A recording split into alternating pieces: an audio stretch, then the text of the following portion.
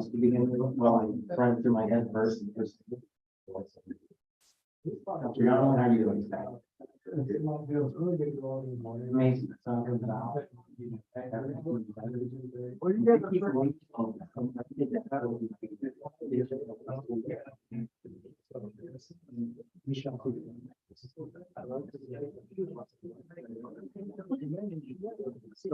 In the background.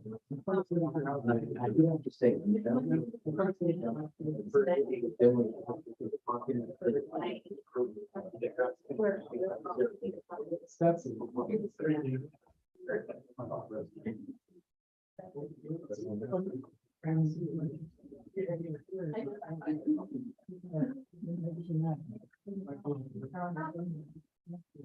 Oh, you guys are off. How my direction is the same thing. A couple of times, so like, that's how it's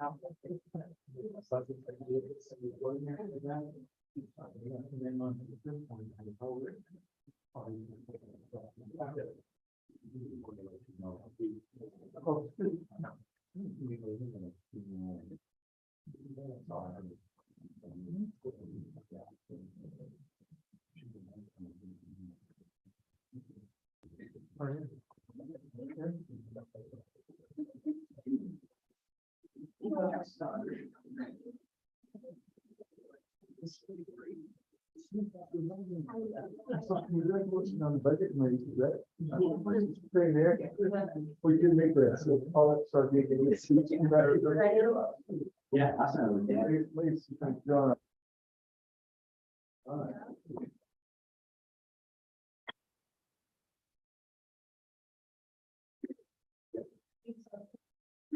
I got 2 minutes until the top of the hour, so it starts.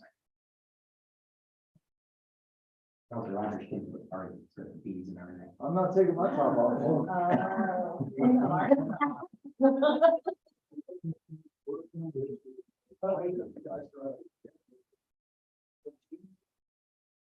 There's a feedback.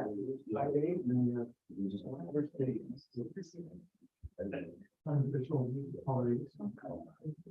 But then somebody used to give us a free, maybe the state, we got it, and they have these slides. I didn't wait the court whenever you want to do it. Working from home. But it's okay. Well,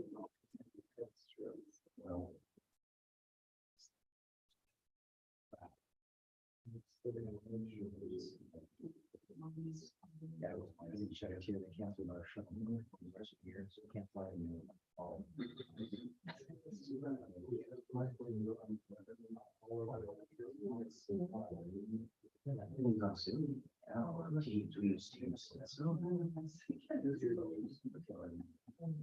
And there's no cities you can talk.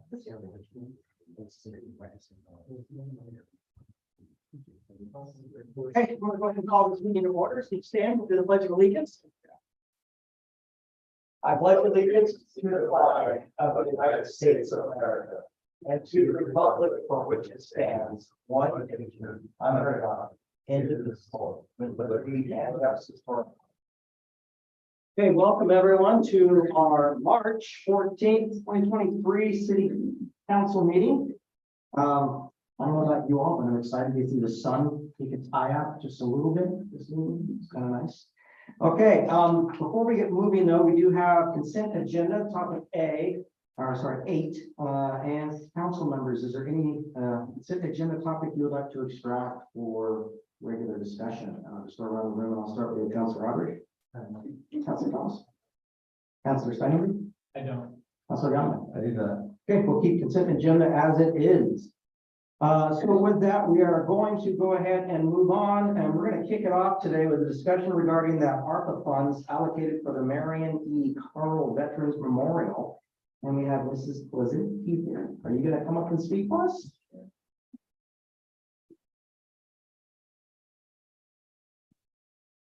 Linda Clifton, speak 2409 A Street. Thank you for putting me first on the agenda. Makes it so much easier in life, doesn't it? I am here tonight to officially decline from accepting the $5,000 grant from ARPA. And But we do appreciate the Mary Carl Veterans Memorial being considered. And I've spoken to Chief Rash about it too. We just feel like we have enough funds to take care of what we need to do at the memorial. And that $5,000 could maybe be used somewhere else. And so we don't want to be greedy. So thank you very much for the opportunity though. You're more than welcome. I'm glad you actually came and let us know. It's always great to see you. Well, I was. And you're wonderful up here. Chief Ranch said we could come and just talk about it too, so. I do have something else, it's not on the agenda, but it's something I want the city council and the staff to think about. We are thinking of abolishing the Mary Carl Veterans Memorial and turning it over to the city. We have extreme difficulty in getting volunteers and officers. And my husband and I, we need to kind of slow down. And so we just feel like the city could do a good job taking care of that. And we would still volunteer, helping. So just something to think about. We are not going to make the decision with our board members before August. So we would let you know, a month or two ahead of time. We have a meeting April the 8th with the work party. We'll do the work party first and then have a meeting. And at that time, we will make the decision. And so it's just kind of in the talking stage more than anything. I think, that with the funds we have and we could turn over to the city, it will help still take care of the memorial. So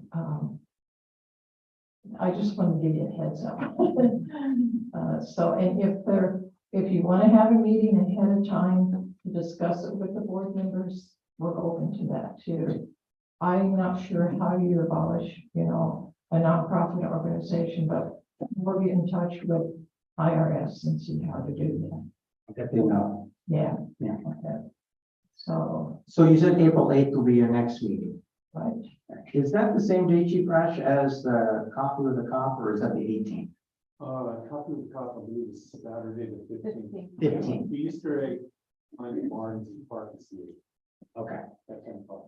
So what I'll try to do is see if I can arrange my schedule to stop by when you guys are having your meetings. It will probably be in my home, or no, actually down the park or something. I'll let you know. Thank you. Okay, thank you.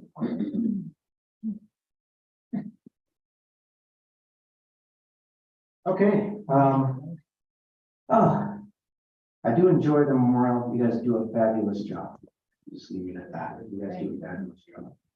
Okay, we'll move on to agenda topic 3, which is discussion regarding the city phone system, and we will have Director of Administration, City Recorder Noble walk us through this, and there should be a supplement that is in our packet that kind of goes through and asks. So this was brought up last month. We did ask, or at least council did ask for some options that might be available.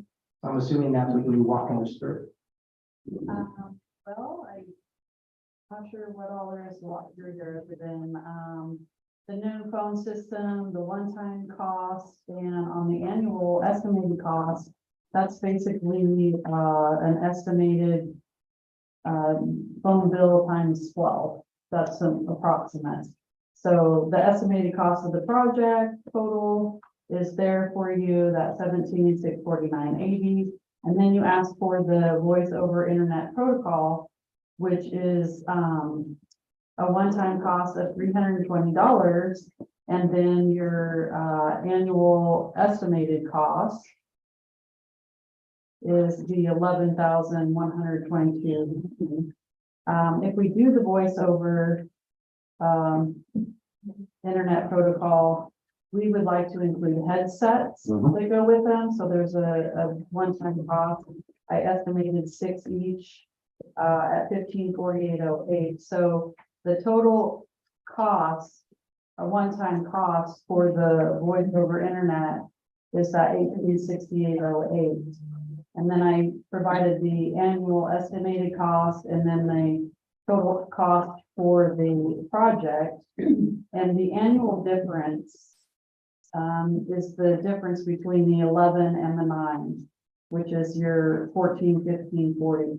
If you do the voice over versus a new phone system. So the board will basically be saving roughly $4,000 a year with that service. Well, the annual. Annually. The annual savings is 14.50. Okay. The approximate amount. But from the setup cost, it looks like a much cheaper setup. Did our IT folks give you any idea of what would be a preferred solution? What would stand up against, say, power outages, et cetera? Because landlines obviously won't lose power, but the internet, if it goes down, we lose voice communication.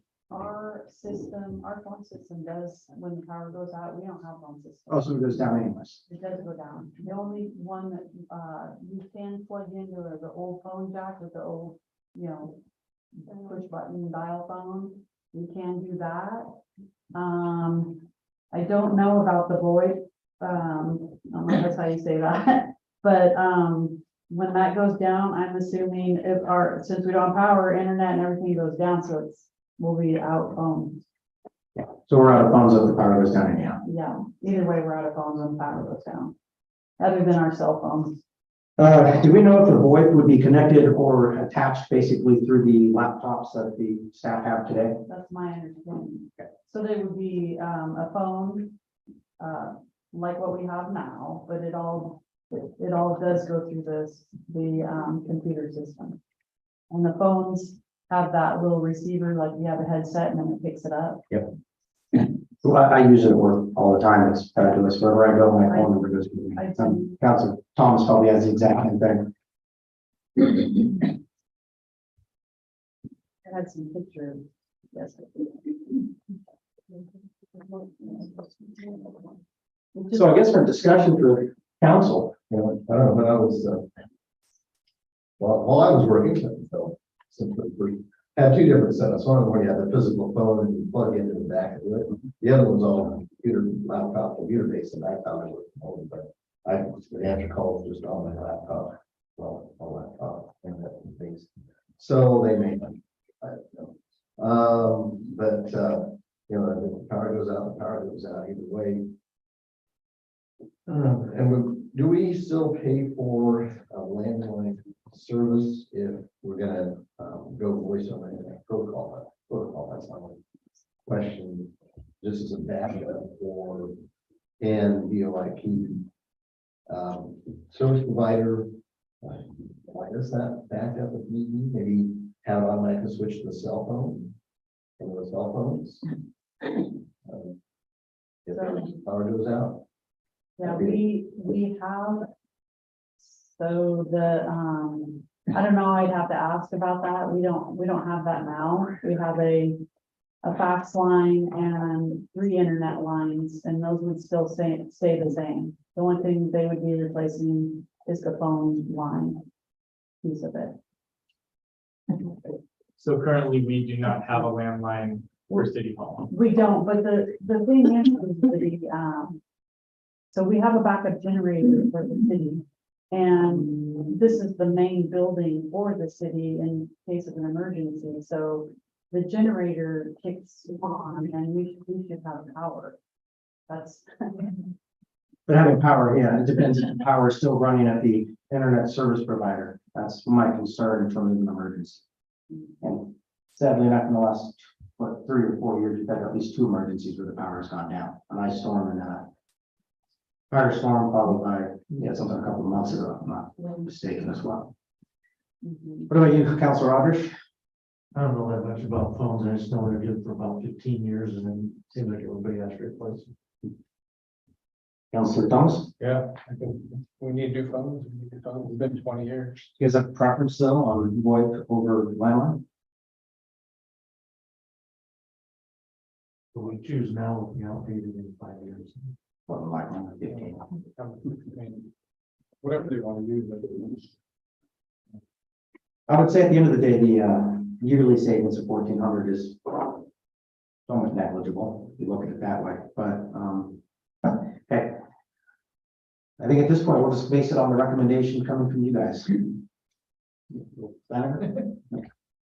Yeah, I think we should do something, because we don't want to lose phones. Yeah. Well, we know we gotta update We them. definitely need to do one. Casiano? Yeah.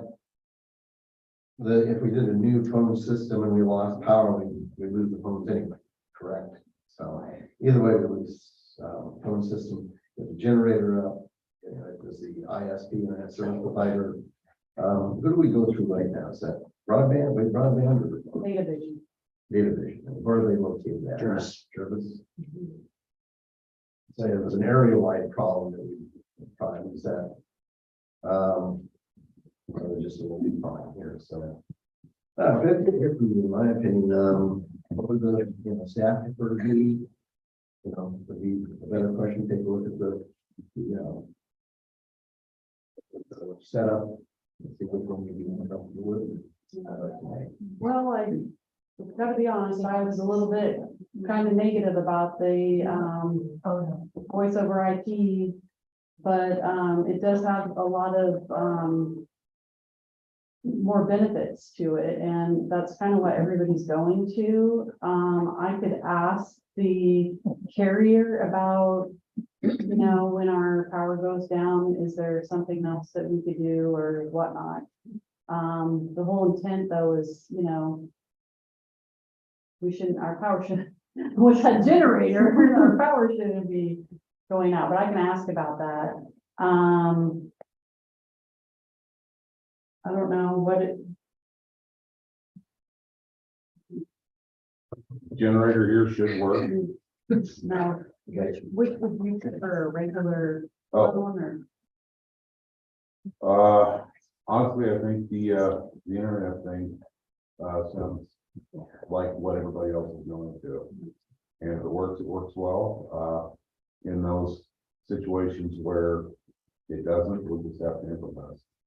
Yeah, the nicest thing you're gonna see about VoIP is when you do take the laptop home, you do have access to your phone immediately. So if you are stuck from home, you don't have to worry about rerouting phone numbers or anything else from the city. Pop up the thing and it's there. Chief? Yeah. Do you have a preference for your department? I don't know anything about phones. I know when I worked for the city of Milwaukee, they switched the VoIP, 15, 20 years ago. I'm thinking they still use it. And it worked just fine. I don't remember it ever going down. Okay. But if you're looking for a recommendation from me, I'm gonna suggest VoIP over traditional landline, only because it will integrate better into the technology and the future upgrades to your laptops. And there is some cost savings to it as well. So we didn't have anything in the budget this year, and I was wondering, if the council would consider, since,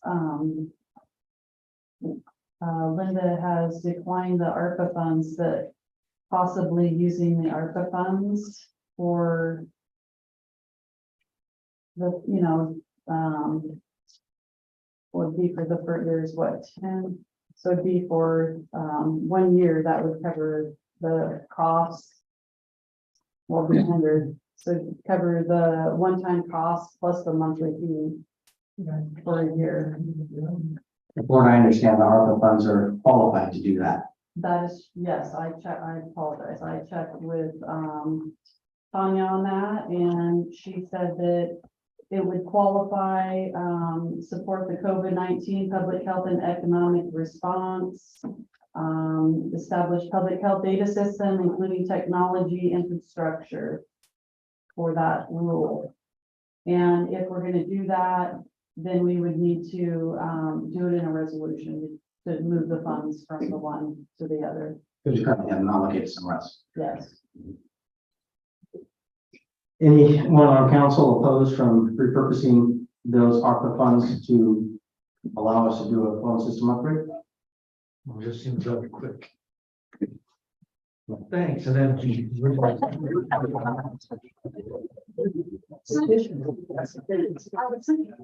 So I guess unless I, So there is also the ARPA funds from the food pantry that, yeah, I'm assuming we'd use those two combined to drive the cost.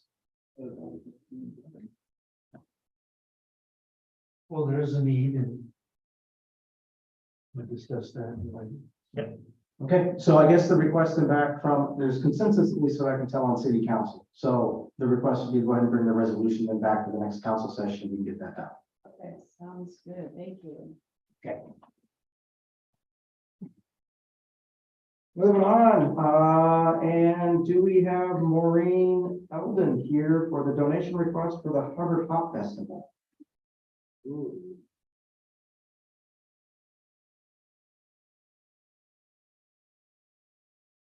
Hello, thank you for having me today. First of all, I wanted to thank you for last year's donations. It really went a long way in helping us to work together as a board and create an event that was really able to bring the community of all ages together. With those funds, we were able to bring in 6 inflatables. We purchased bingo cards and a bingo machine. We also got some trophies and a little bit of field games stocked up so we can play those on an annual basis. We also purchased a foam machine, which was probably one of the biggest hits of the day, were the kids playing in the foam machine. So that was very much appreciated that we were able to do that. And with that same token, we wanted to see if you would also be willing to donate that same amount for this year's Hubbard Hop Festival of $1,500. Our goal is to bring in again the inflatables and also expand more on the field games that we're able to do that. This year, we also wanted to bring in a toddler play area because we noticed last year, the bigger kids were kind of running over the little ones. And parents were going in and pulling them aside, that just didn't seem safe for their little ones. So that's part of what we wanted to do with the funds. We would really appreciate your donation if you're able to this year. Council, thoughts? I'm looking at Councilor Young, so I guess we'll start over there. Thank you, Maureen.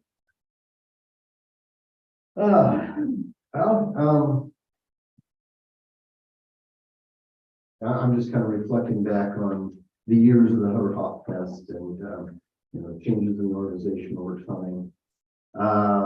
And so, you get, a lot of the games and the booths had signs in front of them, sponsored by so-and-so, by different organizations. And so, the amount of stuff you're talking about, was that aggregate total of sponsorship that you spent the money on, or those things that you talked about was specific from our funds themselves? $1,500 seemed like a small amount to go that far. Was that an aggregate of the money that you spent to buy all those, to spend all those different things? No, I'm a bargain hunter. We worked really well to find the best things that we could, and we kept it within the budget of what we have for the games. And that's the same thing with this year. We'll be able to keep it within that same budget. So, that's answers my questions. Councilor Steiger? I'm on the Hop Festival board, so I definitely think it's a great idea. And just to back that up, I know Marine's already been looking to find the best deals, and some of the inflatables she's found this year are really cool. So I know the money would go to a really great event. Councilor Thomas? I agree. We should do. Councilor Irish? I don't disagree one bit, but here's the question, I guess, for council. We are going into our budget time. We are going to be crafting next year's budget. Is this a donation that you need tonight, or is it something we can maybe approve once we go through the budget committee process? Absolutely, a good way. Okay, is it acceptable for council for us to go through that process? Only reason I'm asking is I know I've already broached the topic with Director Noble. I also mentioned that we probably want to see where the money would actually come from, and what better way to do it than try to work it through the budget process. The only thing about that is so that's gonna be in July, right? Okay, never mind. We should get time. Yep. Excellent. So thank you. And I don't think you're going to see much resistance. I just want to make sure that we get it budgeted in properly. We know where the funds are coming from then. Thank you, Maureen. Okay, so let's go ahead and move on to the appearance of interested citizens. Off of request from last time, I will remind those that come up to the microphone, besides to please speak your name and your address. We do need to keep the comments to 3 minutes. Other than that, you are welcome to come up to the podium and speak.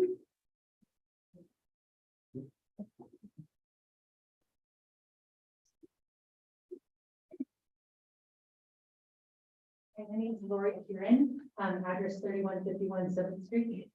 I wanted to share with you all a little about who I am. I'm a born and raised Oregonian, originally from Portland, but was always in search of a smaller town community that I could call my forever home with my husband, George Kieran. Luckily, we found Hubbard and have been so happy here ever since. Growing up with my dad that has a special love for cars, I naturally followed suit. Fast forward to the last 10 years, my husband George and I have both connected with an interest in the automotive industry. George started wrenching at the age of 15 for fun until he made it as his profession and automotive technician for 27 years. He is an ASE Master Certified Automotive Technician with Advanced Level Specialist and Diesel A9 certifications. George worked at an automotive facility in Lake Oswego up until the beginning of COVID. Having learned the risks of exposure from his doctor due to his lung disease, the doctor stated that if he contracted COVID, there would be a high probability that he would not survive. So we then chose to be safe and stay home while we figure out what comes next. We relocated his automotive tools and equipment to our residence. As we all know, the unemployment department at that time was overwhelmed with applicants. After waiting 3 months, we had no option but to find another means for immediate income. We began listing a few advertisements, and instantly we had work scheduled and most importantly, an income.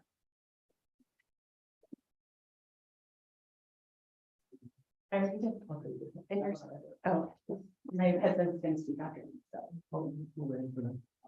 Can I go next?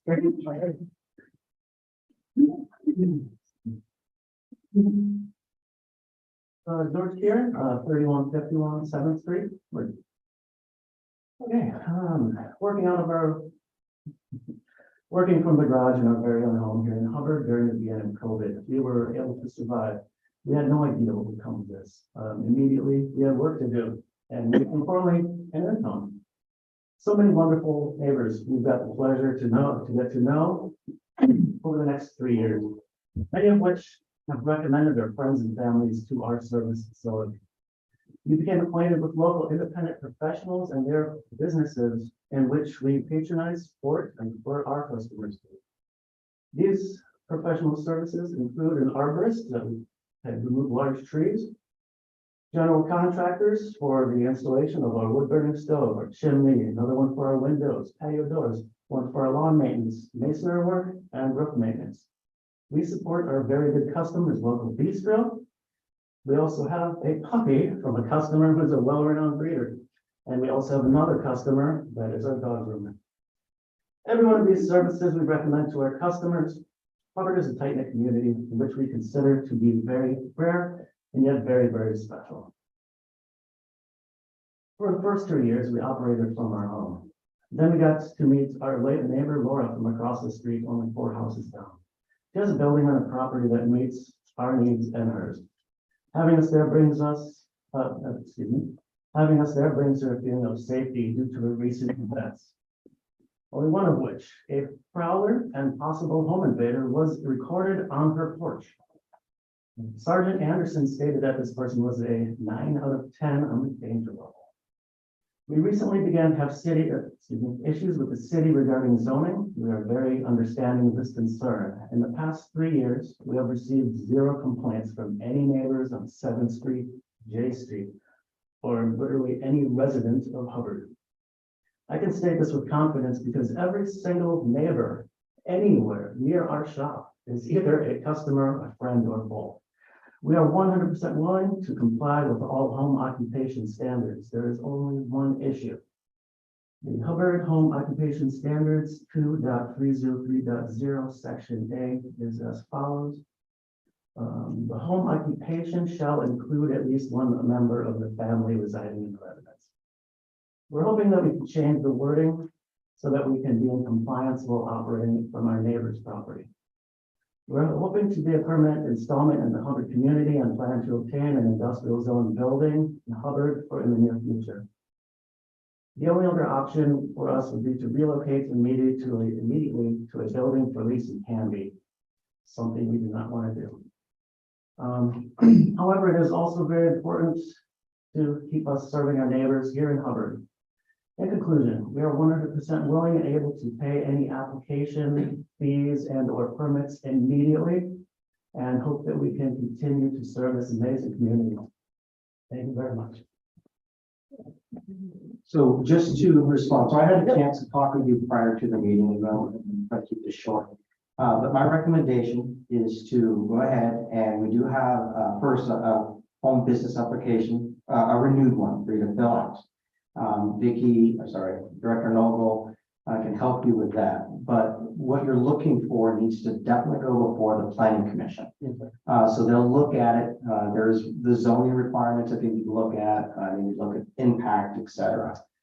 So the council can't do much for you right now, but my request was just follow the process and get you on the agenda for discussion in the planning commission so they can at least hear your case. Now, before I move on with that, is council, does anyone disagree with that statement? I want to make sure that I'm not misspeaking and or any other department heads. No, that is a procedure we have in place. Yes. So, now, of course, if the planning commission does not vote in your favor, you can appeal it up to the city council, at which point we would set an agenda topic and we would have a much more in-depth discussion. Other than that, I do appreciate you taking the time to come speak with us and let us know the issue you're facing. Thank you for your time. And I feel like there are some other people that would like to say a few words about it. Okay, next. Thank you.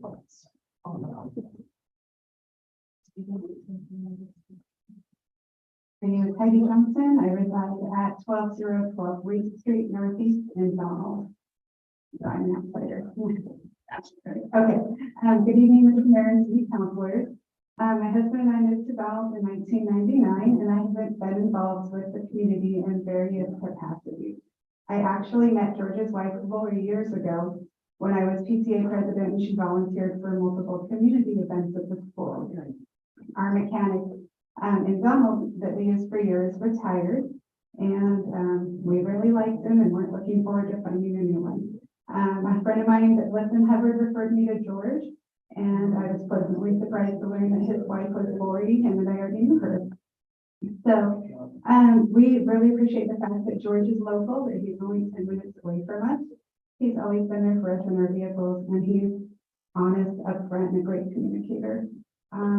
He's been able to develop relationships with our kids as they were young drivers. Now they're 21 and 20, taking over the maintenance of their own cars and suggested ways that he can make their cars cooler for them. He also ups the ampage of my son's subwoofers. But be grateful that we live in Donald, so you don't have to hear the boom boom on the streets of Hubbard. So it has been very convenient for us to drive our vehicles out there. We're also understand that it's a win-win for him to use the space from his neighbor Laura, as she lives alone, and it's a comfort to have somebody there during the day for her. So I would just encourage the city to amend or make recommendations, which is already done, so that George and Lori can continue to run their business and support their family. So thank you for your time. Thank you.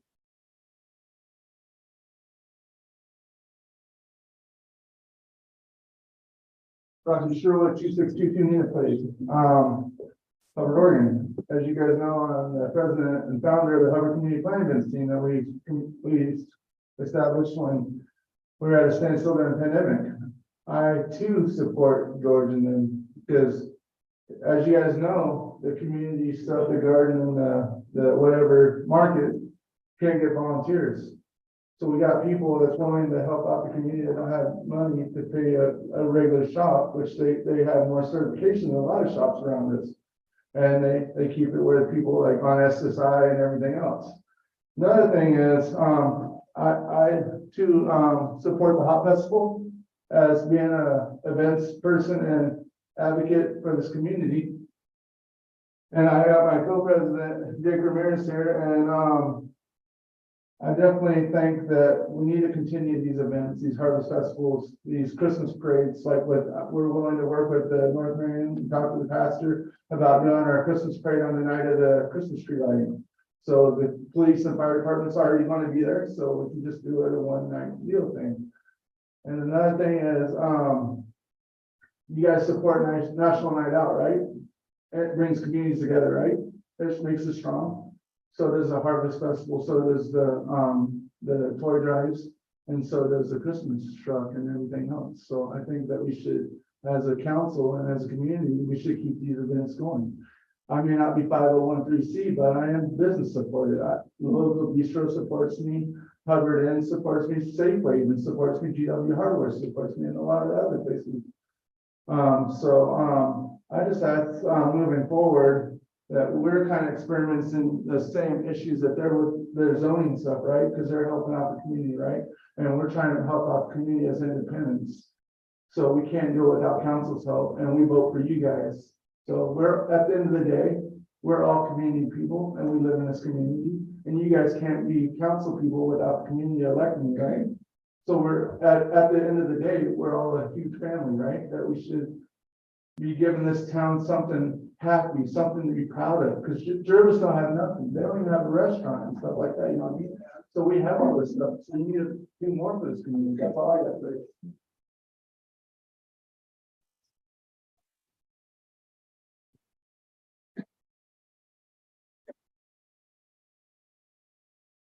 Oh, Shelby. Hi, guys. My name is Shelby Cavasaris. I live at 3031 7th Street. I live right across the street from Laura Cox, which owns the house that they rent the shop from. As far as my experience go from living across the street from them, there's never any noise, never any garbage, nothing. Like, you would not know that the shop is there just from being an outsider standpoint, driving down the street. It doesn't affect the neighborhood or the street at all. Laura is also at the hospital right now, so she did send over a note that she wants to stay or say. So to the City of Hubbard Council, I'm the owner of 3057th Street and had the pleasure of having Lori and George share my lot with me. They have provided me with a great source of comfort on one level, that being just divorced and feeling frightened about living alone, and secondly, because of my health issues, it has been great knowing that they've been there helping me and supporting me. I feel very confident that I will end up having to sell if I am not able to have anyone in the back. I have loved this house and loved this community for the last 12 years. And for anyone who has ever driven by my house in the last 12 years, they will have seen a steady progression of the love and the care that I have given it. I hear the concerns about George and Lori, but I'm here to say that they are extremely polite. They care deeply about maintaining a beautiful property and not cluttering it up. I can just go down to the end of the block and see houses with multitudes of broken down cars, and just because they're not running a business, it's okay. But for me, the cars that are broken down are behind gates and everything is kept clean and orderly. I feel we all have so much value to offer the city that I hope you consider a request. I sincerely wish I could be there to help advocate for Lori and George, but as it stands, I'm currently in the hospital, which is yet another reason why it would be so wonderful to have someone there.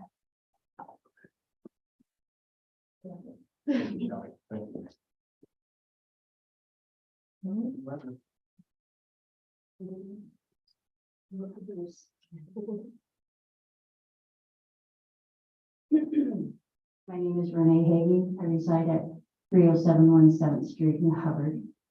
I am right across the street from Laura Cox's house. And George and Lori are just wonderful people. I'm here to support their request from the city of Hubbard, whether it be you, but now we know it needs to be through the planning committee. But if you guys have any influence with the planning committee, and if anybody is watching from the planning committee, this couple is very, very giving, very, very loving.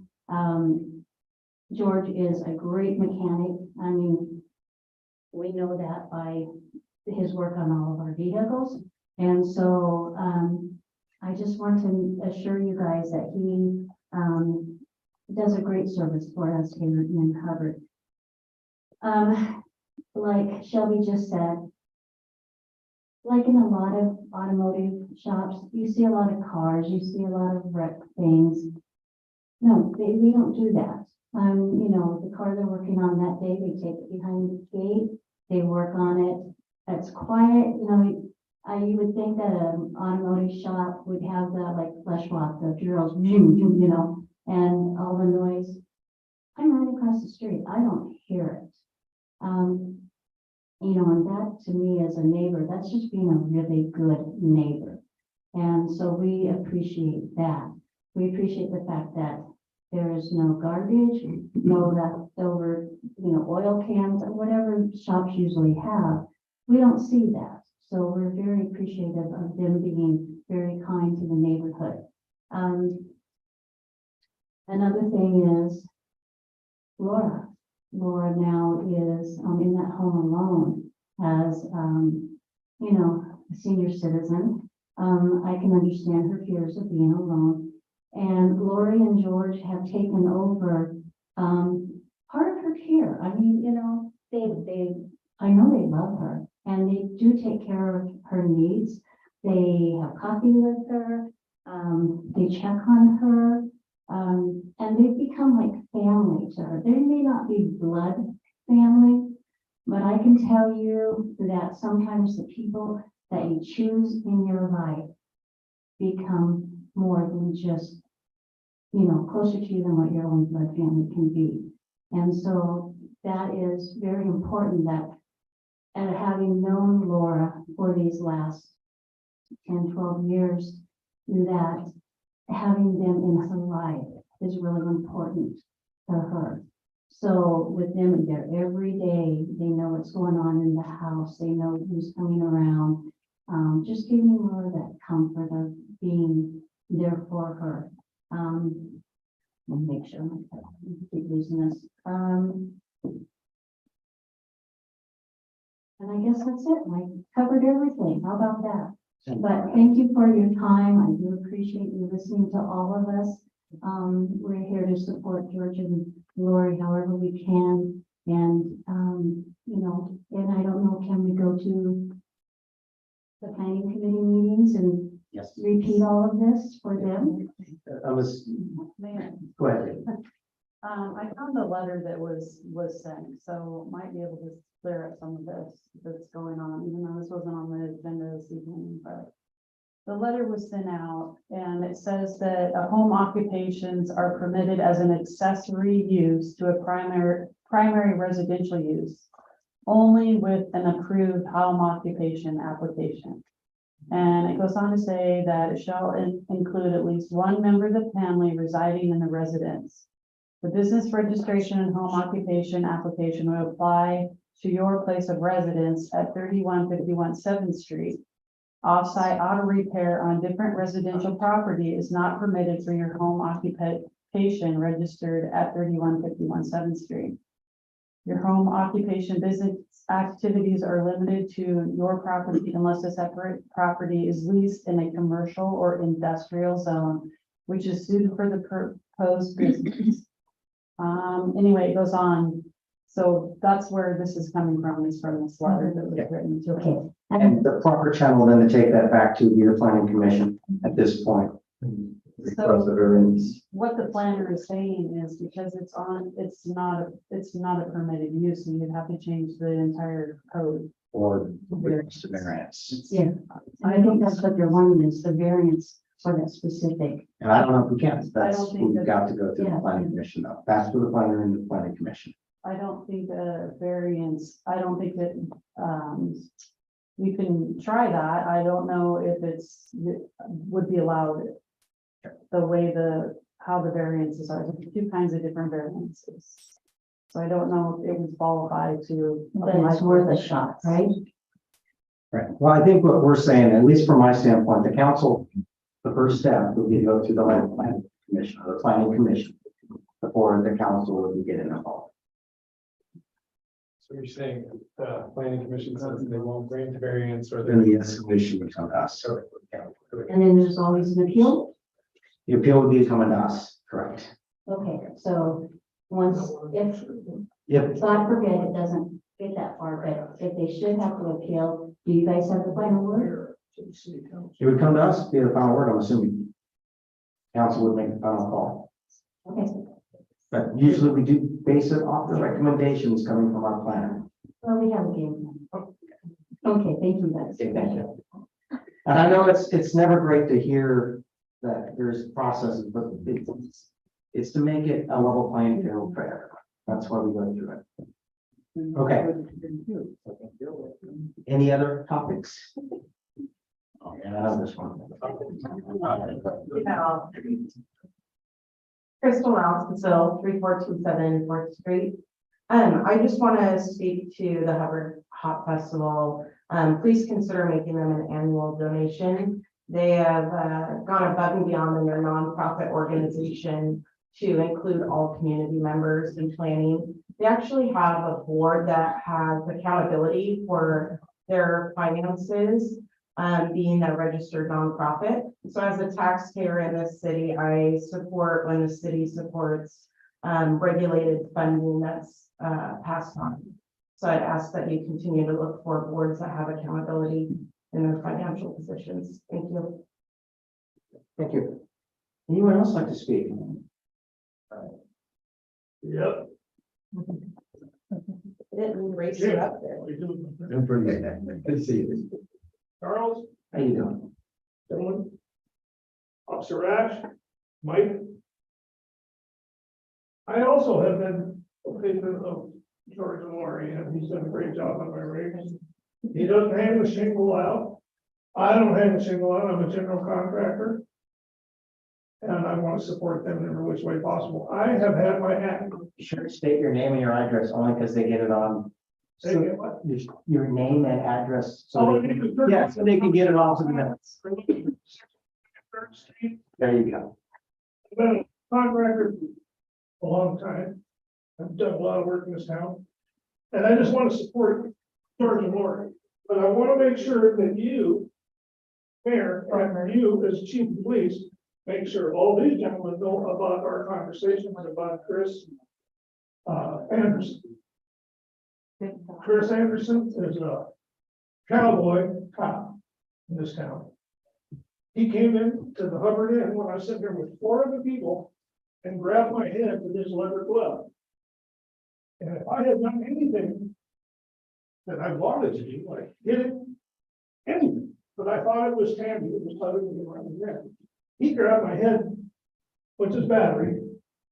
And I want to make sure that you, Mr. Rash, that you let all these guys know about this guy's outlaw behavior.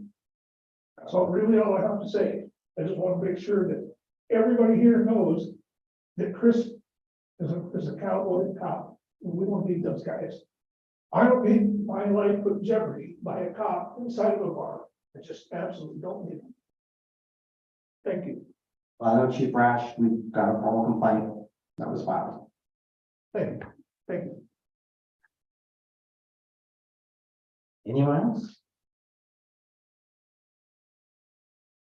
I'm sorry. If not, we will close up the public comment. I appreciate everyone taking the time to come out. And yes, the reason why we have you state your name and your address is so we can write it down in the minutes later. So they don't have to guess who was talking. Okay, with that, go ahead and move on to our mayor and our council presentations. Council members, do we have any presentations? Any updates? Well, I want to apologize for missing out on January and February meetings. I had some very significant life events happening and we've settled down and things are going well. Far from my original retirement plans, I will say that. But things are settling down to more normal, but the new normal. So definitely be more involved in the city. So Well, I know one of them, you gave me some input, so I was able to kind of proxy put your input in for you. true, yeah. Had some rough January and February. Let's hope for a better March. And that's all I have. Thank you. Councilor Simon, anything? Councilor Thomas? Councilor Otter? All right, we'll go ahead and we'll move on. I don't have anything on the mayor's side, but we'll go ahead and move on to staff reports and start with the police department. So Officer Holman's given his resignation on March 24th. He's going to move on to another police department. I forgot to include in there, like, the authorization to hire for that position as. I don't know what process, I can't remember what process we do. Just to prove to fill the seat, we usually just give you the nod and they move forward. Okay. But I'm assuming, go ahead. I'm sorry, add that on. Yeah. Hold on. Is there any objection to add on approval for Chief Rash to begin backfill process? We need a motion for that, so we can make the motion. Add on consent? Make the motion, we add on the Chief Brash's recommendation on the hire for interviews for. Okay, we have a motion, we have a second. All those in favor say aye. Aye. All those opposed, nay? No, motion carried from yes. Okay, great, thank you. See if we can find a good candidate. So, as you know, it's very hard to find candidates we're competing against, the agency in the state. We do have 3 going to interview tomorrow, so hopefully we can get 2 good ones out of there. It's tough, so, just a reminder, we do have copy of the top on the, April 15th at 8:30 to 10 o'clock. And, we, got an email from, the car dealers, I'm sorry, I can't think of their last names. Berkey, yeah. And so they have their annual Easter egg hunt, and I told them I'll be there on Saturday. On the Easter egg hunt real quick, I know I'm gonna be jumping in here, but we're not spraying the fields, right? We cleared, okay, Yeah, we learn from our mistakes. good. So one last thing is, I didn't have it ready on the Chiefs thing. So we sold, we were able to find a vendor who bought our old tasers from us. We're gonna get from between 35 and 4,500. I think I told you before, it's Walter PD gave us their tasers, so we have up to date tasers, not the fancy $50,000 ones. So I would like the council to consider, if I could use that money to buy handguns with the red dot system for the officers. They're about 1,200 a piece with the holster, the red dot, and the firearm. I personally not going to get one myself until all the officers do.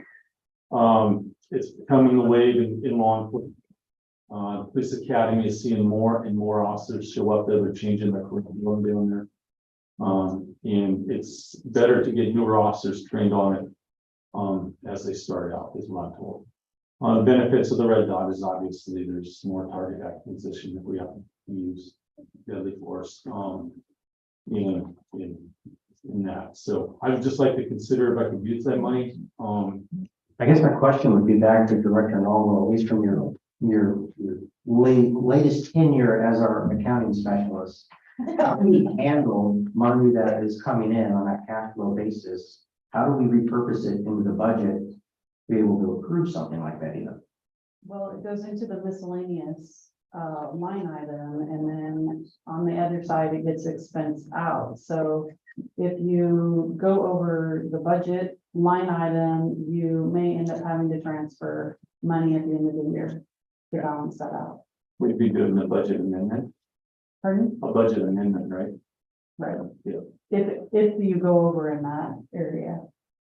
I just know coming out of audit season, I want to make sure that we account the money coming in and where the money's going So out. there's a line item for revenue and called miscellaneous police funds, and then I would assume during the budget, it would go to our line item that's equipment. So Chief Rash, do we have money coming in from like property auction? Same thing? a little bit, yeah, we just, I think most of it was public works stuff we just put on there. We do have some money, I don't know how much it's gonna be, you know, if we have a car, we get a little more, but we don't have any cars for auction. But I mean, you think that would be enough from what you get?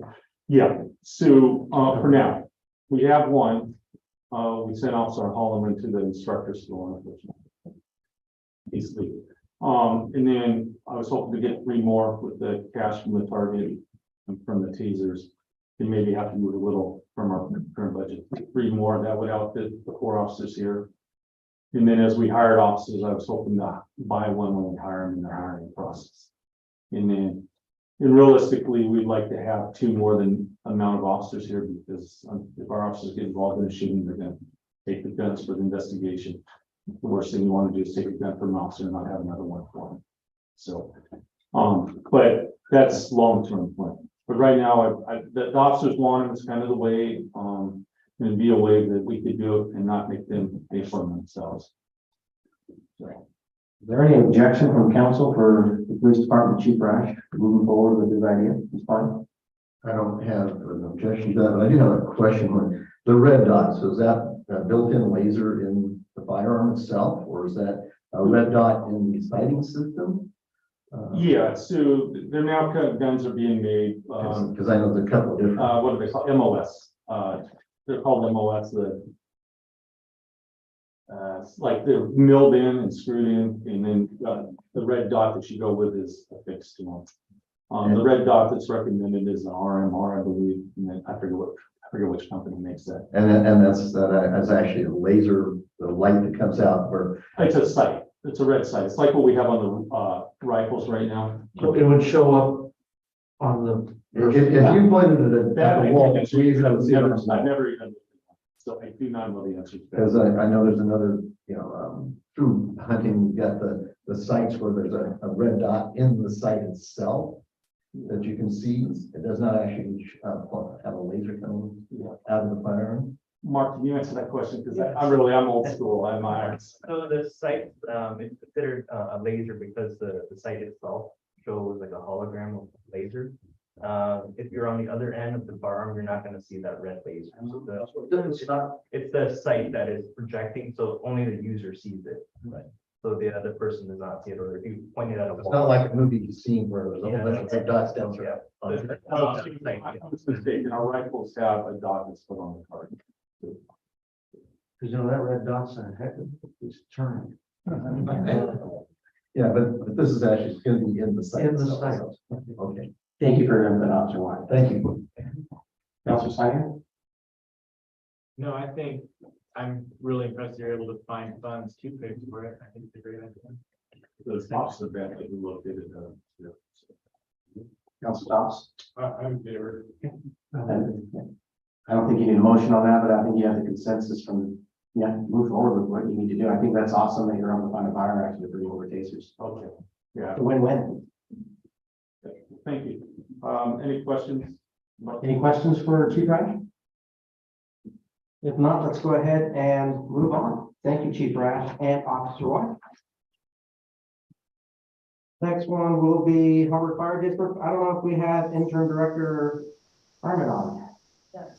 We do. Good evening, council. Thank you for letting me speak. Just give you a little update about February. We had 71 calls for service. That was 39 calls in Hubbard, 31 to our mutual aid partners. We're staffing 29 folks right now, total. We did just shy of 200 hours of training throughout the month, which is pretty good average for us. Let's see here. Give you an update on the dorm remodel. Our contractor is coming on Thursday night to give us an update on the guaranteed maximum price. And then the board, if they agree with that price, will decide whether to move forward with the project or not. We do have it scheduled to start May 1st. That's when construction will start on the station if the board does decide to move forward. And they are thinking that the project will take a total of about 6 weeks. So it will be done halfway through June, roughly, if there's no problems getting materials and everything stays on schedule.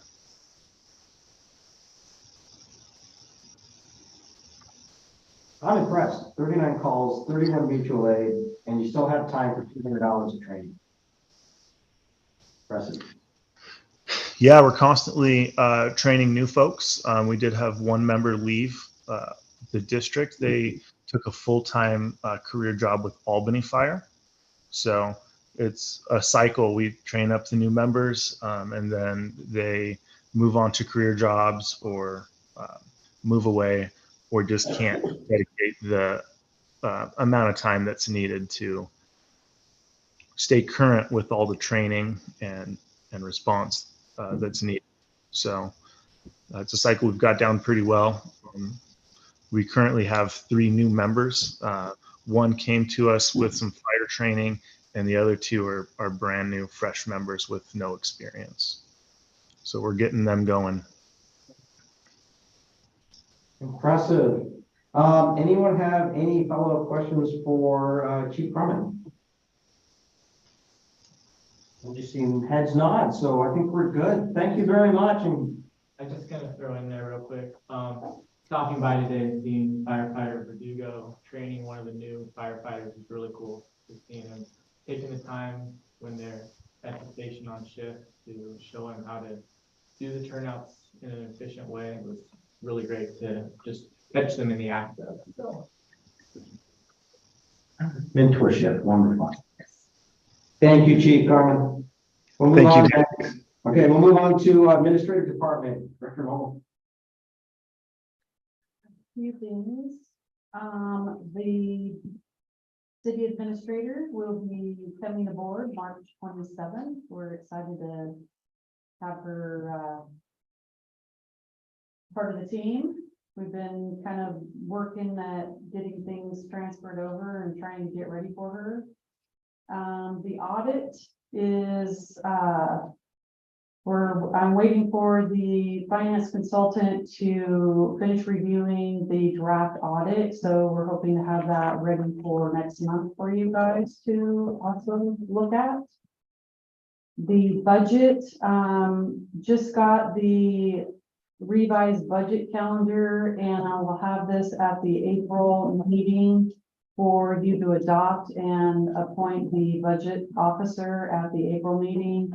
If you calendar, usually we do this first Tuesday in May, but with the consultant schedule, with tax season and whatnot, it's being pushed out. So the first meeting is going to be June 6th. Okay, just pushed out. Yeah, a month.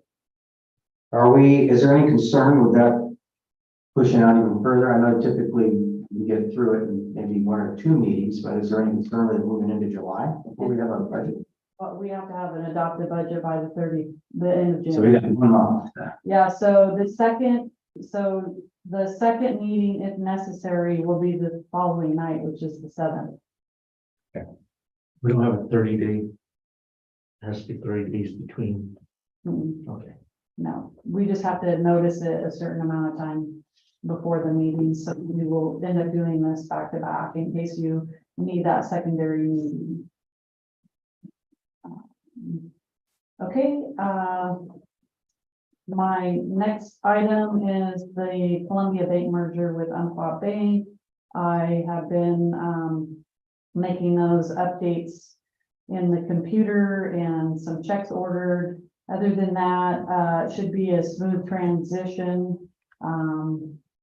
We'll be seeing, logos and whatnot change Umpqua Bank, but as everything else, it should remain, I'm being told smoothly. That's what I'm being told. Records management, kind of doing this quickly. The Laserfish, I actually have a better update than what I reported here. To move our records management system to an archivable system so that we can start getting rid of some of our paper. I've got a revised update, and that is it's $31. $31. That's cheap. It's getting late, guys. $3,100 annually for them to merge over our current software, what we have on Laserfish onto the new system that's going to be archivable, and it'll be $3,100 annually. Instead, right now, we're currently paying, I think I said $16.23 a month. There will be some, time that they will need for, to do that, so they recommended, $5,000 for that. That's an estimate. And what I told them was, was gonna look into it and get back to me, because we already paid our annual fee. But I said that we would probably have to do this in the fiscal year coming up, so it would be put in the budget to do this. And she said that we would, she was gonna look into getting a credit for that $16.23 we paid. She didn't know how much it would be, but it would go towards this project. Okay. So anyway, that's way better than, what did I put on here? Was it $15,000 or $16,000? Yeah. Yeah. Okay, and So, you'll have an update the next month on that, or is it just gonna roll into the budget process as kind of an FYI? yeah, I'm just gonna roll it into the budget. So, let's see. I have a couple of additions that I wanted to inform you about. Had a meeting with Katie Durfee with CIS, Tim Gustafson with Gustafson Insurance, and I included, Administrative Manager Melinda Olinger, since she's the Emergency Manager Coordinator. We typically complete a best practice assessment annually, but since they, had some areas that they reassigned to each CIS representative, they are pushing some cities off because their area has become greater. So we'll be doing that next year. But what we did have to do this year was develop a risk management plan. And what the risk management plan entails is that all employees will be required to train on harassment, discrimination, distracted driver, and cybersecurity. And that's all going to be offered virtually. So each employee can do it at their own time and, you know, have a certain time to have it completed, but they'll be able to do it at their own time, which I thought was exciting. I also attended the CIS conference virtually and got some forecasted overall average insurance increases. I'll be getting, when the insurance renews in May, I should have more specific numbers, but at this time, the overall amount, it was a 9% increase in liability, a 23% in property, auto, physical damage, 5% in our CIS Regents, which is medical, 9% in vision. There's 0 in the dental. Life plans were 0, long-term disability 0, and the short-term disability they're going to be discontinuing. So I thought I would just give you a brief update on that. And then you might want to hold off until Sean, the city administrator, Sean Waite, is here to set up a schedule for goal setting, but that was also on my report. Yeah, I see there's 2 that I think we need to wait for Mrs. Wade to join us. The goal setting would be great, and my suggestion in my own personal notes was to probably wait until after the June budget's being done. We already kind of know what goals we're pushing forward. That allows us to maybe set up, then maybe we can do something in July and meet. Because I'm looking at all the extra meetings we're probably going to have over the next couple of months, and we'll start to add up. Goal setting being one of them, maybe we can do that in July, might be a recommendation. The Hubbard personnel policies, I'd like to give Ms. White or Wait maybe a couple of months to settle in, have a chance to understand a little bit more before we jump on that. Maybe she'll have some better recommendations. So again, maybe sometime in July or even, I hate to say August, but I'm already looking that far out. I do know in April, we do need to follow or do a scheduled session with Mike, follow up with him.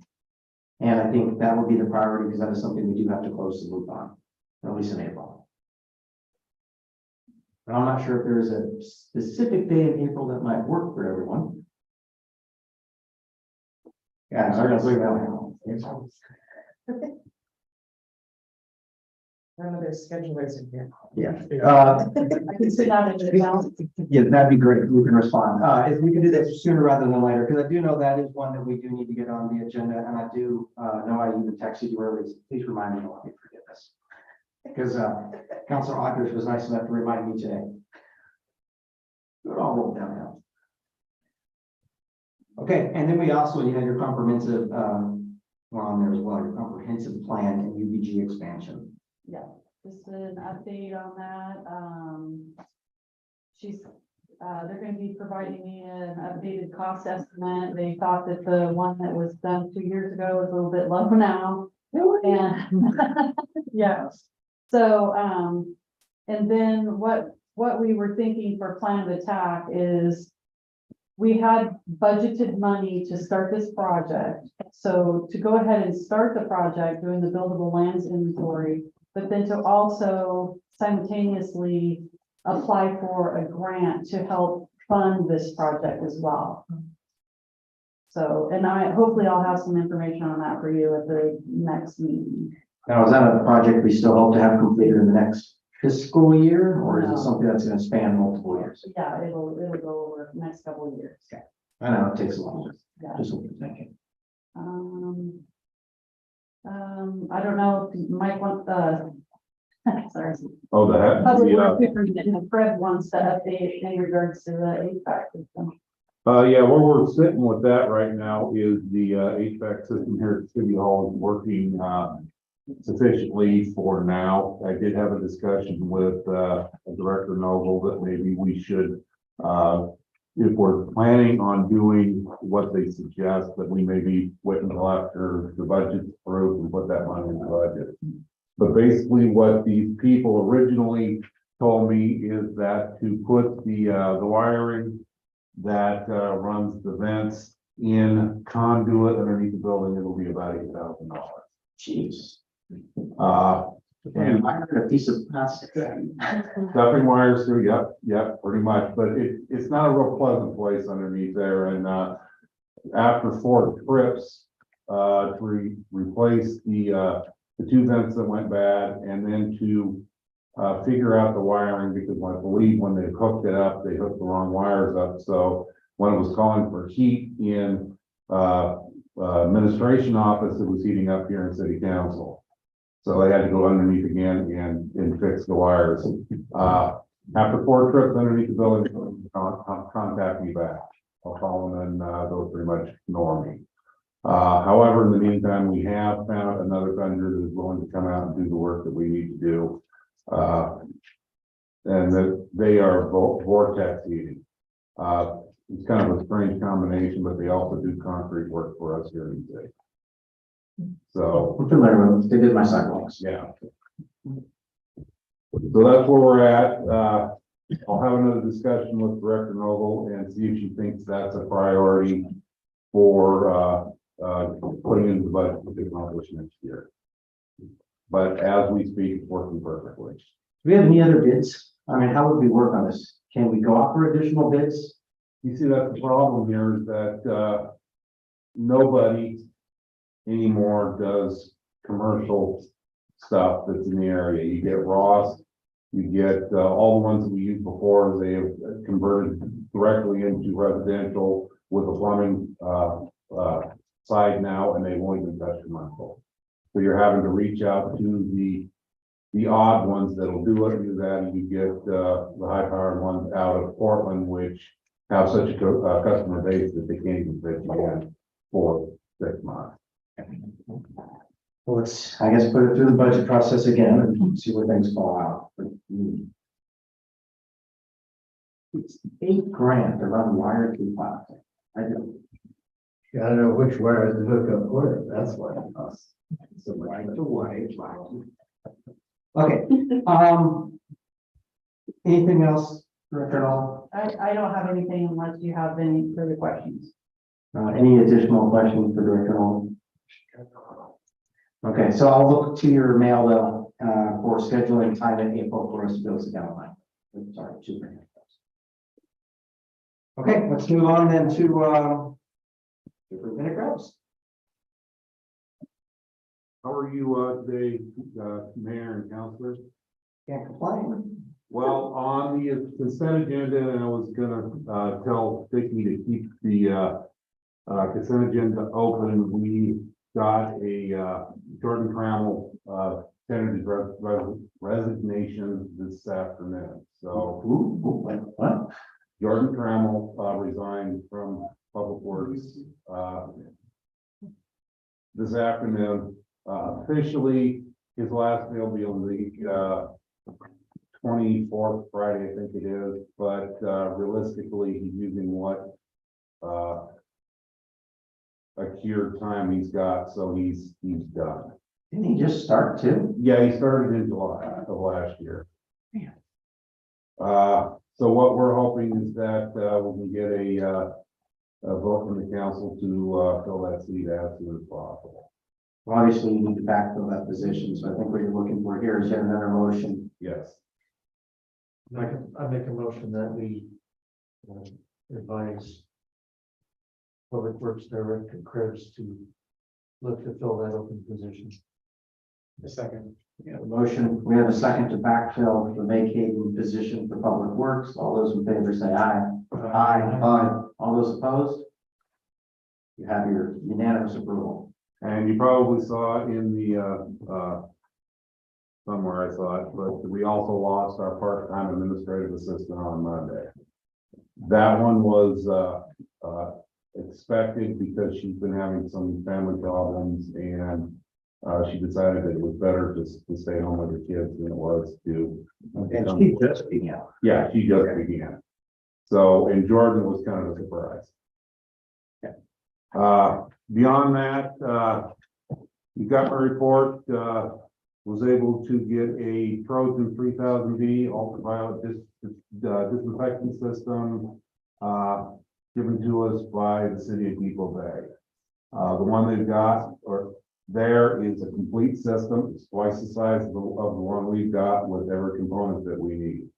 What we're hoping is that, we'll be able to swap out parts between what we've got and what they donated to us, and we can live along long enough to, hopefully by the time we get to the upgrade of the plant, we can just, put a whole new system in. This is great savings, by the way, because I remember last month you weren't here, but you did put an estimate on what those lights potentially could cost. Those lights, if you replaced all 8 banks, would be about $40,000. Yeah, so that's quite a win. Anything in return that we were providing Depot Bay? I mean, No. that's just didn't you? No, it's been sitting in a crate behind the plant for the last 6 months and it's just taking up space. Wonderful. So we went out there a couple of weeks ago, but unfortunately, the operator told me that the box was big enough to fit in the back of the pickup. It wasn't. So we're 6 going. foot bed probably not. No, it's an 8-foot bed.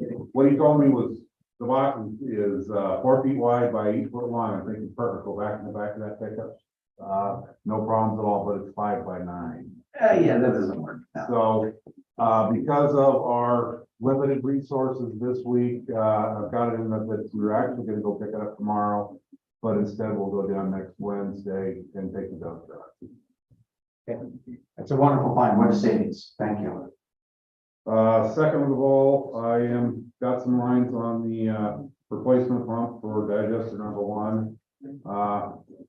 One price quote I got in today, they'll put that piece of equipment at about $6,500.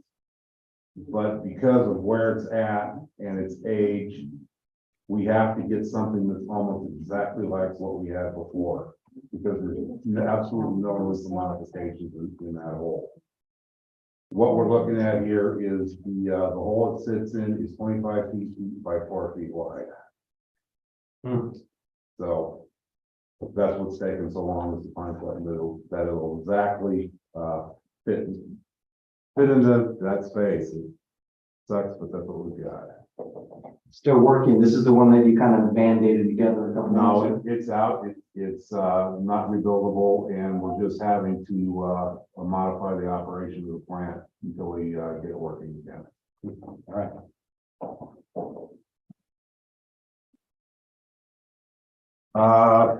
We've also got, you already got the city county insurance thing. The Marion County ARPA money, we're having to modify our contract with the engineer to put in some of the wording that they're requiring, so we can use those funds, and that should be done and ready for approval in the April meeting. The state drinking water revolving loan fund, we have submitted an application for about $1.8 million at 3%, and that is moving along quite nicely, and we should have some updates for you in the April meeting. We're getting preliminary stuff done on the A Street project. We had the surveying done last week, and it's moving along. Hopefully we'll be able to get that one completed by the 1st of August, so we can apply for the second grant for next year. And we got security cameras at Barnsley Park. Finally got them working. Probably working.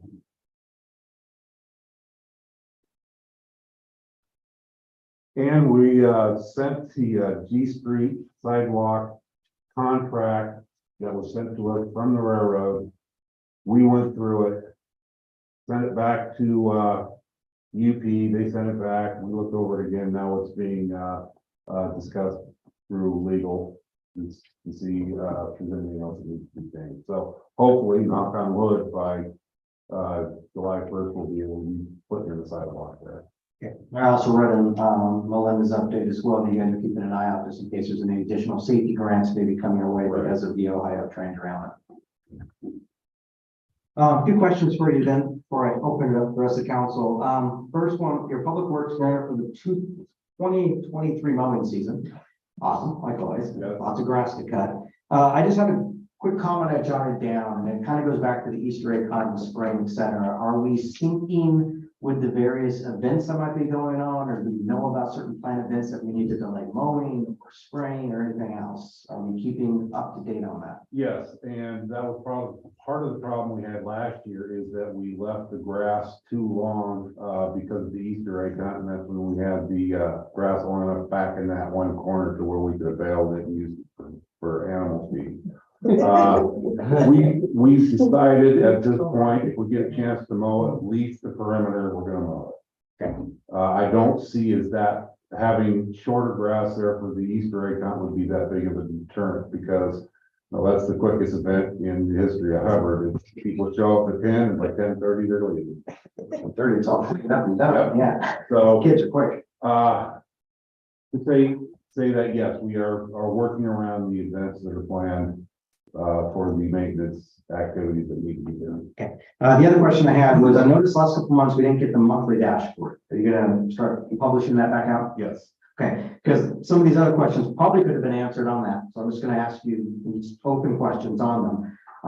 We've been talking about a couple of Barnsley Park upgrades for a while now. One was the tennis court resurfaced, and the other one was maybe doing some lighting around the perimeter on the path. Any idea where those are currently falling? Do we have budget for those? Are we waiting for budget? I believe there is some budget, but there's not enough. What we're actually looking for is grant money at this time. We've got enough to get it started, but we don't have enough to get it finished. Okay. You talked about the A Street sidewalks, and you already mentioned in there, you're gonna start public outreach soon, which would be great. Let them know what's coming their way. Static water pressure project. Any update on that one this month? We're still in the process of getting the engineering. I talked to the engineer last week, and we should have a preliminary on that and the facility plan for the wastewater plant beginning of next month. Okay. Next question I have for you. Wouldn't be on your dashboard, but it's everyone can see it, especially on Facebook. The flooding between on J Street and G Street, corner, right? Right. My assumption it's a low part. We don't have access to a drain. And if we did, off of our other discussions off of the previous flooding issue, we have to pump the water all the way over. So I don't believe we have any solution that can be offered to that side of town. Honestly, we took the engineer by there a couple of weeks ago and he's working on a plan. Yes, there is a storm drain that we can access, but it would be costly to get there. Is there any way for us to direct stormwater in that area into just a floodplain, or not a floodplain, what am I thinking, a retaining pond of some sort? You'd have to have the property for a retaining pond. J Street has, catch basins on it for the industrial part. All we have to do is access one of those and put a, catch basin there would be the easiest. If you were to bring in a load of gravel, then that water would be going someplace else. Yeah, it's not gonna go there, it's just a little line there. And I'm assuming at this point, the cost is probably outside of our budget, but at least you guys are looking at it. Yes. The only other question I had was, I'm aware that I don't believe the Jubilee Garden can continue on. Has Serenity or anyone else reached out on who might be taking that over? Is anyone planning to take it over? Yeah, she's already reached out to me, and I said I was taking it over. Okay, I just want to make sure. So are you able to coordinate then with, would he coordinate with you on that? Yeah, we would. Okay, so are you in contact with Superintendent Krebs then? Okay, Yeah, well, if you aren't, Superintendent Krebs, and I'll talk to him after this. thank you. Because I know that's a huge effort. It's a big project. I'm glad to hear it's going to continue on. We're going to help him, he's part of the Hubbard Community Finance team, we're gonna team up together as a group and help him out. Wonderful. I'm not embarrassed in the amount of work. It's a lot of work to keep that area clean. So, all right. Let me see. I have been laundering a bunch of stuff over for Superintendent Krebs. I'll open up rest of council, and we'll start on this side with Councilor Aldridge. I did have somebody ask me on some of the mailboxes,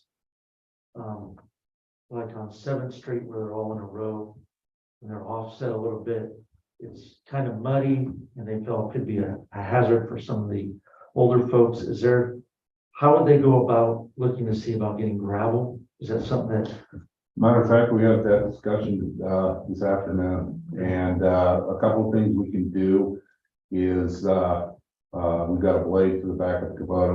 We can drag it and try to use what's there in gravel to just redistribute it. Or we can bring in a couple of, bucket loads and just spread it out. So yeah, that's something we're hoping to get done by the end of next week. Okay, some of the neighbors were hoping for more gravel because the mailman goes off and it now is pushed down and it's a big muddy mess. So I think that would really help to let the people, our citizens know that that's one thing that's been brought to our attention. So I appreciate hearing that. Thank you. And is there any concern with the homeowner on that one? Because I know most of the time those mailboxes are on someone's lot. No, they're actually in the, street right away, so that's not a big issue for, anything. It's just a matter of when you fill in the pothole, where the water gonna go, but I don't believe there's really that much that's gonna be, redirected someplace else. Yeah, we've got the same in front of my house. Amazon trucks, mailboxes, they just, yeah. Anything else, Councilor Aldridge? Councilor Thomas? Councilor Steiner? Councilor Young? Yeah, Chief Resch. Yep. I don't know, if this has been resolved yet or not, but a couple of days ago, I was going by, Revenue Park. We got the large sign that lists all of its donors for that particular, play area there, and on the back side of that was some graffiti. So again, I don't know if that's been addressed yet or not, but, I'll have an officer. I'll have somebody paint over it. All right. Oh, also, that did remind me, we did some, work to remove the, phone booth. We're gonna have to, talk to Trapala because the power that's hooked to it is running from their building. Live? Don't know at this point, but I called Dryden Electric and they said that anytime we're ready to pull the trigger, they come out and they disconnect it, for us. So I was gonna do that this morning, but, they seem to be closed on Tuesday. So I'll hit it again tomorrow and see if I can talk to somebody. We, did the initial, investigation on this in 2019 and found out that, nobody claims it for anything, so I don't have a problem with taking it out. It's just a matter of let them know that we're gonna be working on the side of their building, disconnecting the wire cord. I'm more shocked that it was back in 2019 that we were talking about that. Well, we were gonna turn it into a. Yeah, hopefully they were like, yeah, a little library or something. Then we built the boxes and I shot nails in my hand. But anyhow, thank you for following up on that. It'll be great to see that gone. I think that's all I have. Okay, well, thank you. Let's move on then, and the next one is consent agenda. I'll go ahead and read the title of topics, and hopefully everything gets defined. So A, on the consent agenda is approval of the city council minutes, January 10th, 2023, January 31, 2023 special, February 7th, 2023 special, February 14th, 2023. B, approval of the February 2023 check register report. C, resolution 745-2023, a resolution adopting a land use application fee schedule as authorized by the City of Hubbard Development Code, section 3.206, and repealing resolution number 685-2020. D, approve Claudia Escobar's Revenus Park use application for July 8th, 2023, 6 p.m. to 7 p.m. contingent upon receiving the required insurance documentation. E, authorize staff to reopen the recruitment for the Public Works Office Assistant position and allow the Public Works Administrative Manager, Melinda Oliver, to hire the most qualified candidates. Make a motion to approve consent agenda as read. I'll second it.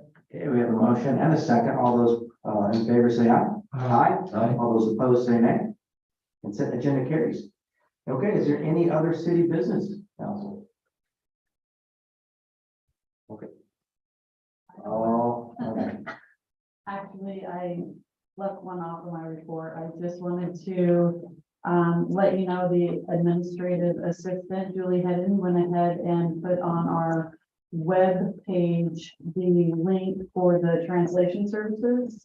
And also, if you noted on the agenda, that I did put some language in there in Spanish for, contacting us 48 hours ahead of time if they needed assistance in meetings. Thank you for following through with that. I know you showed me a bit of it earlier. I tried to read it and laughed at it. So, there was one thing more I'm forgetting. I didn't notice that, but thank you for putting that lightly.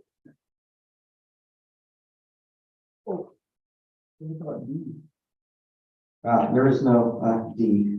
We approved that through a different motion, through a direct motion. Okay, if there's no other city business, I'm gonna remember as soon as we adjourn exactly what I needed to bring up, but I'm sure we can talk about it later. Next topic's adjournment. Make a motion to adjourn. Second. Motion and a second. All those in favor say aye. All those opposed? And now I remember. It doesn't need to be on the agenda though. This is right at the joins. We set up a great, maybe, a little talk with her. We should go into God. You know, there's some meeting numbers, especially the principal level. Yeah. I don't know if we can maybe talk and she's. Rocking through it. If they can hurry them. I have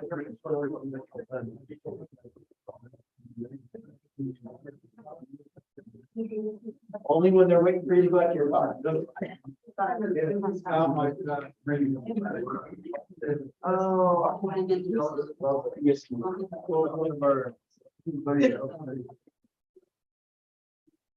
One of our